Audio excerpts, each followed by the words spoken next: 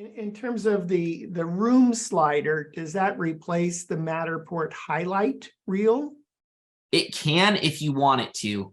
If you can do either or. So we have MSPs that are using both. Some like the rooms button, and some like to use the highlight, the Matterport highlight tool. And there is a way in which you can actually add rooms on Openhaus to your tour and use the Matterport highlight button to display those rooms. So it's essentially acting the same way as if you added rooms or highlights on the Matterport side, but it's pulling the Openhaus rooms that you created rather than the ones that you set in Matterport. But the answer, Dan, is it's preference on the MSP or the client what they want, but you can do both.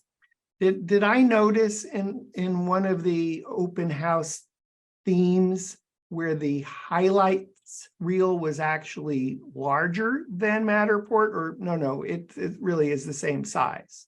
Yeah, it's a little larger because we created our own UI for it with all the standard Matterport tools. I'll open this one up right here. This is what we call the contemporary theme, and you'll notice here are the Matterport buttons down here below. And so when we added the standard Matterport buttons, we made them a little larger and created our own UI for the way that these work. So if you click on this button, you'll be able to see that they are a little larger than they are actually inside Matterport, if that's helpful. So so that's a feature of Openhaus themes, is Matterport highlights reel is still there if you want to use it.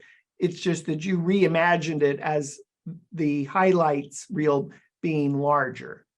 That is correct. Yes, that's correct. So it's a little bit different. And we didn't want to just literally copy the Matterport UI, and we wanted to put our own Openhaus spin on it. So that's essentially what it is.